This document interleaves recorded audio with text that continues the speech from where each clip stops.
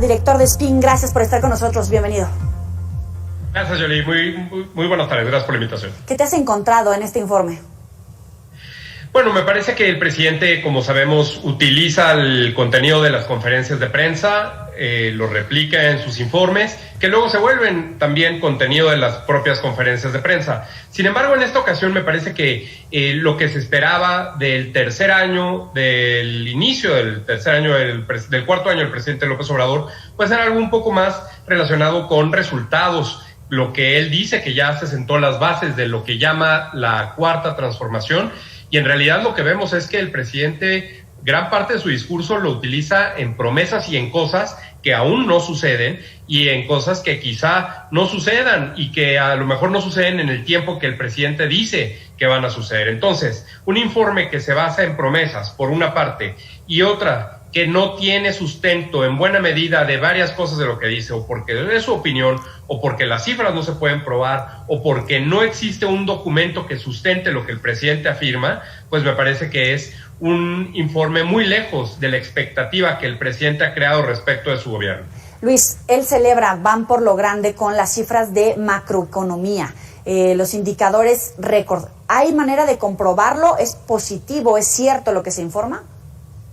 Bueno, en buena medida el decir que algo no sucede y que por tanto han pasado tantos años que no suceda, y eso es un récord, me parece también que es algo ocioso de parte del presidente. Si el presidente dice que no ha pasado que no ha caído un meteorito en los últimos 3 años y eso es un récord porque antes o a lo mejor él dice que pudo haber caído, pues entonces no existe una cuestión que tenga que informar respecto a hechos. El presidente asocia, como ya escuchábamos hace unos minutos en la parte económica, las remesas o incluso el salario mínimo, que pues sabemos es demasiado bajo como para que sea algo que realmente afecte a la gente que está trabajando. Bueno, pues ese tipo de cuestiones son las que me parece que el presidente está dejando de lado y que en realidad nada más sirve para maquillar algo que se demuestra, el incremento del número de pobres y también el poco crecimiento del rebote de la pandemia de COVID-19, que pues no alcanza para estar en una situación económica igual a la que teníamos previo a la pandemia y que además ya venía con recesión varios meses consecutivos. ¿Cuáles serían los datos, los indicadores que tú has logrado confirmar que de verdad hay cifras que a lo mejor podrían haber sido difíciles de alcanzar, pero que sí se consolidan como un logro del gobierno de López Obrador?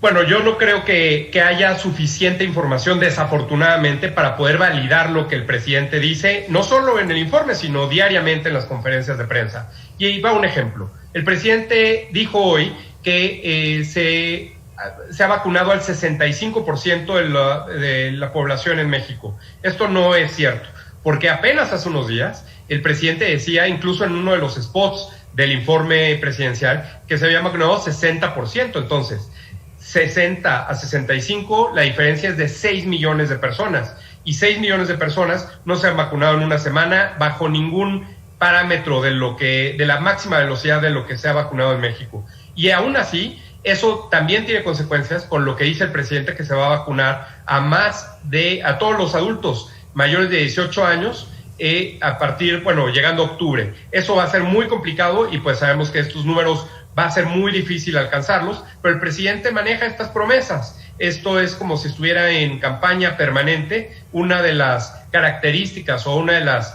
estrategias de presidentes de este tipo en América Latina e incluso en Estados Unidos. Decías que es más engañoso, más mentiroso que el presidente Donald Trump.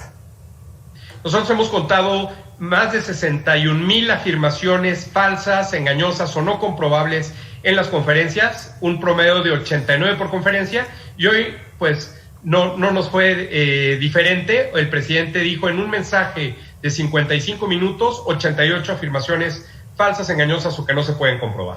88 afirmaciones falsas. Falsas, engañosas o que no se pueden comprobar. Ok, ahora, en el rubro de seguridad, que era uno de los temas que más nos importa a los mexicanos, ha dicho recientemente que su gobierno no va a lograr consolidarse si no da resultados en esta materia. Prometió pacificar al país en 6 meses y no lo ha hecho. En este sentido, en seguridad, ¿qué encontraste? El presidente afirmó hoy que México vive en paz y en tranquilidad, y eso me parece que no es cierto en todos los lugares del territorio. De hecho, ha aceptado en algunas conferencias que pues no está de acuerdo con los grupos paramilitares y con las autodefensas, pero nada más, y que se va a solucionar con el diálogo. Me parece que una de las definiciones básicas de los estados es que tengan el monopolio legítimo de la violencia, y aquí el presidente no lo tiene si es que acepta que existen autodefensas, por ejemplo, y que será la negociación para que esto suceda. Entonces, cuando tenemos por una parte el presidente que no acepta el diagnóstico, que no quiere entrar directo a la crisis, que prefiere evadirla o minimizarla, como ha hecho con otras crisis, la pandemia, la economía, en fin, me parece que es una de las grandes oportunidades que el propio presidente pierde para poder generar una política pública que tenga resultados y que además tenga empatía con la sociedad. Aquí el asunto de los homicidios dolosos, que sabemos